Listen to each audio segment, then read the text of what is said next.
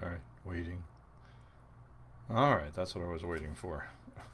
Hello and welcome to this week's Profit Maximizer Moment. This show is dedicated to helping business owners dramatically improve their bottom line with our weekly profit maximizing tips that you can use now. This one in particular, you better use now or it's going to be gone. I'm your host and coach, Wayne Belisle. I'm also the founder of a local CPA firm that works with business owners to help them make more money and keep more of it from the IRS. I do that with our profit coaching programs and with our tax planning system, which has saved my clients over $6.8 million over the last 5 years, all legally. Love my clients, but don't really wish to spend time in jail with them. In today's video, you'll going to learn how to apply for the new funds that are available for the restaurants and bars. Before that, but first, let's support for today's show. Yeah, you can support. Support for today's show comes from Profit Maximizing Publisher, which published my book, The 90-Day Profit Reset, which shows you how to gain your independence from reduced cash flow, shrinking margins, and an evaporating customer base. In this book, you'll find chapter after chapter and idea after idea of that really can help you turn your business around and reset your profits from red to black in 90 days. That's what I was trying to do as much as possible. Even entrepreneurs who are making money are going to find things that will benefit from here. All right. Look, restaurants and bars have been struggling. They were some of the hardest hit during the COVID shutdowns, and some are still sitting there at 25 or 50% occupancy. On top of that, they're struggling with increased food costs because inflation is hitting a little bit, so we're seeing that, and lower demand due to limitations that they're having, plus customers are still afraid, and because the costs are going up. All right, almost too late, as the government is often, they throw another lifeline. The American Rescue Act of 2021 has an expansion. Did the expansion for the employee retention credit that I talked about last couple weeks or 2-3 weeks ago. But they also threw out the Restaurant Revitalization Fund. That's a mouthload, so we'll just call it RRF as often as I can think about, which provides funding to help restaurants and eligible businesses keep their doors open because of some of the problems that run it. The program will provide restaurants with funding equal to their pandemic-related revenue losses. This one can be big, okay? I just did one for a small restaurant. It's $136,000. All right, that's a lot of money. Up to $10 million per business with no more than $5 million per physical location. Recipients are not required to repay the funds, assuming that they use the funds for eligible uses. We'll get into that later. No later than March 11th of 2023. I literally have almost 2 years to use it up. So I don't see anybody paying it back if they stay. So who can apply? Eligible entities who have experienced pandemic-related revenue losses include restaurants, food stands, food trucks, food carts, caterers, bars, saloons, lounges, taverns. I guess they wanted to make sure they didn't miss anything. Snacks and non-alcoholic beverage bars like coffee shops, bakeries. On-site sales to the public comprise at least 30% of gross receipts. That one's a little tricky. I'm not sure what that means. Brew pubs, tasting rooms, tap rooms. Breweries and microbreweries, again, they have to have 33% of on-site sales for both of those two. Wineries and distilleries, same thing. Inns have to have 33% for food and beverage on-site. All right, so how do you apply? Well, the easiest thing is just go to SBA.gov, and matter of fact, I'll do it and just walk you right through it. I'm not going to try to share my screen. But you go to SBA.gov, and let me walk you through where to go. SBA.gov. And at the very first thing that pops up is the EIDL COVID-19 relief options. Learn more. Click on that.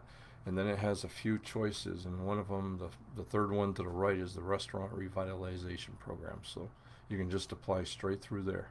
Some point of sale companies are also doing it, so you could work through there. Why did I say you have to be in a hurry? Well, before we get to that, let's talk about what documentation is required. You're going to have to give, online when you're doing the application. You're going to have to sign the application online. You're going to have to also fill out and give them permission for 4506-T, which is an IRS form that verification of tax information, that the tax returns you've given them are accurate, and the ones that you filed with the IRS. They're really trying to do this so that, I mean, there was so much fraud, they should have done this last year. Gross, gross receipts documentation you need to send in. That can be pretty much anything.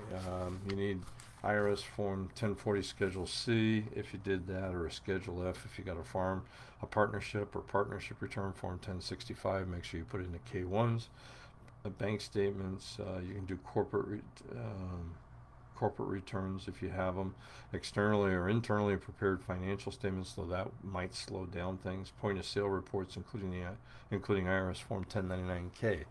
The best thing to do is to get your tax return filed if you haven't done that already. So try to get it in. I've noticed other stuff is basically slowing things down. When to apply? It opened up Monday. Today's Thursday, so this is the first week. You're not late. Okay? You need to get in it. Now, like any liberal policy, sorry, but here we go again. The first 3 weeks, the only people that can apply are priority groups, which the law in this particular case says are women, veterans, or socially economic disadvantaged. And they go into that. It's basically if you're in a minority group, okay? And it's a shame to see this come back, because this is going to bring back the games that people used to play. You know, that means a woman has to own 51%, or a minority has to own 51%. And we've seen these games that were starting to go away, where the wife and the husband own a business. We'd make sure the wife had 51% just because of crap like this. Yeah, it really won't matter whether it's legal or not. It's immaterial. They passed the law and they're passing out the funds. So it might get challenged down the road, but I would just not worry about that right now. The other thing that I've seen in the past on 8A applications and things like that have to do with the government contracting and things like that, is somebody would, partner with a veteran or something, that would work, or a woman, and apply for these things. So we're going to start seeing these kind of games played again. And if you know what you're doing, you can do it legally. I mean, I don't recommend it. I hate to see it because it's just kind of dumb.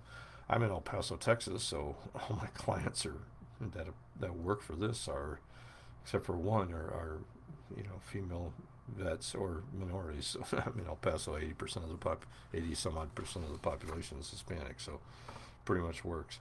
We have some special set-asides. Yeah, I know that had nothing to do with it, but I hate to see these kind of things coming back, because they don't accomplish what they think it's going to accomplish. Plus it sets up, us versus them, which never should happen in this country. Anyways, $5 billion is set aside for applicants with 2019 gross receipts of not more than 500,000. So that's good, especially if you're a small restaurant or bar or a coffee shop. You get that special there that people are putting aside. Now, that, like I said, that may go. Now, how much can you get? Well, there's different funding applications. If you were open prior to January 1st, 2019, it's your 2019 gross receipts minus your 2020 gross receipts minus your PPP loan funding. Sounds like a lot, not that hard. That's why you want the tax return done. I got a small restaurant, does about $400,000 in sales. They qualify for $136,000. 2 females own it, both Hispanic. They double box. All right, so it can be quite a bit.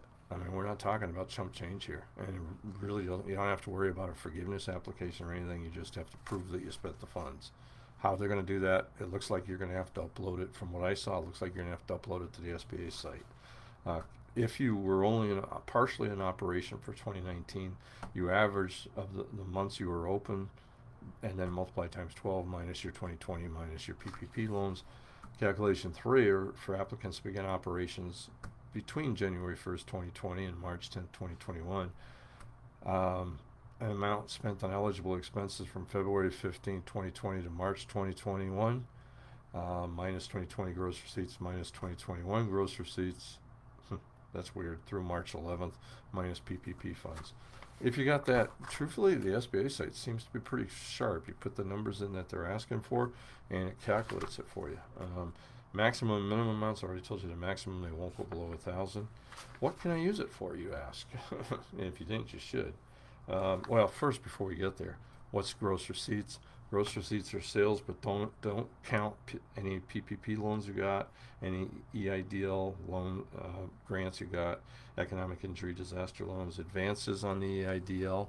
I don't think you can count. Well, that's all it says in the law. Now, what can you use it for? All right, you can use it for business payroll costs, including sick leave, payments on any business mortgage, rent that the business pays, business debt service, both principal and interest. So if you have loans, you can use it for that. But you can't use it for prepayments of principal and interest. Utility payments, maintenance expenses, repairs, construction of outdoor seating. That can be handy if you've ever thought about putting a patio up. Business supplies, including PPE and cleaning materials, business food and beverages, including raw materials, covered supplier costs, business operating expenses, your other normal operating expenses. So you can pretty much use it for anything you want. You got 2 years to fund it. If you can get in on this, this is huge. This is a really good program. Don't waste time. Okay. Like I said, as far as this goes, the RRF, the Restaurant Revitalization Program, may be the lifeline you need to get yourself back online. I mean, I had somebody ask me, well, can I use it to get new equipment for my kitchen? Probably not, but think about it. You can pay all your other bills with it, so the money you would have used to pay the bills, you can use to get the equipment. You just need to make sure you read the agreement that comes with the funds and follow it. You don't want to get yourself in trouble. All right. When in doubt, don't use it for that. It's pretty much as simple as that. All right. Thanks so much for listening. I'll see you next week, and hopefully we'll be talking about profit planning again. But there were some new tax law changes too, so we might get into that. I think I'll take a break and try to do the other. But anyways, I'll see you next week for another profit maximizing tip, and let's work together to make this the next 12 months our most profitable year ever. Thank you very much.